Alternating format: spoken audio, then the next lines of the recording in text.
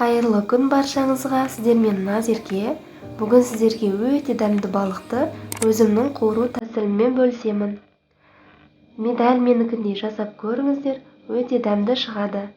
Видеоны өткізбей соңына дейін қараңыздар, және де менің каналыма тіркеліп қоюды ұмытпаңыздар.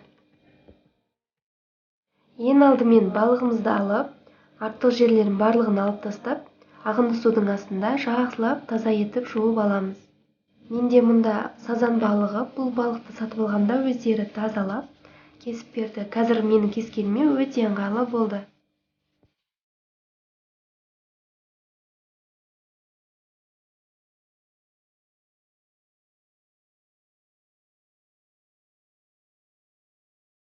Балығымызды жақсылап таза етіп жуып болған соң, бөліктерге бөліп кесіп шығамыз.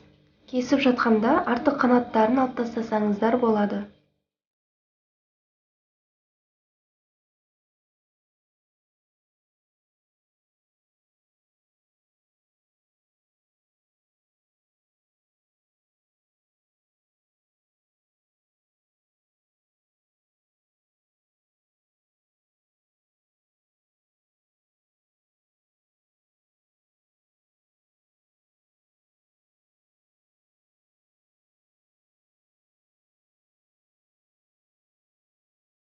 Балығымызды турап дайындап болған соң, тұз сеуіп, жақсылап араластырып, тұзы жақсы сіңуі үшін кемінде жарты сағатқа қалдырамыз.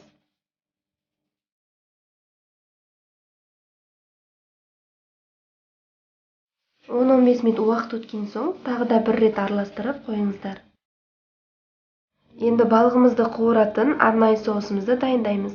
Ол үшін бір жұмыртқаға жарты стакан су қосып, және оған 3 ас қасық ұн қосып жақсылап араластырамыз.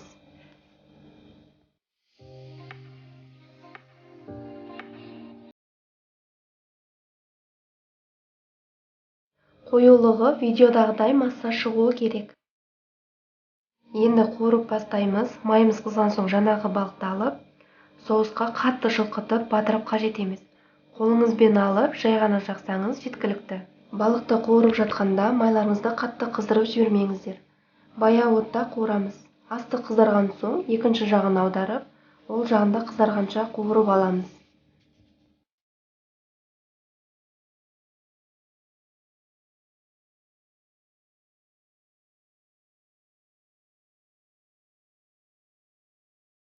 Міне балығымызды қуырып болдық. Бетіне пияз шашып болған соң, бетін жауып қойсаңыздар, балықтың дәмі одан да әдемі болып тұрады. Біздің қуырған балықтарымыз дайын болды. Өте әдемі әрі дәмді болып шықты. Егер де видеоны соңына дейін қараған болсаңыз, лайк басып, комментария жазып, менің каналыма тіркелуді ұмытпаңыздар.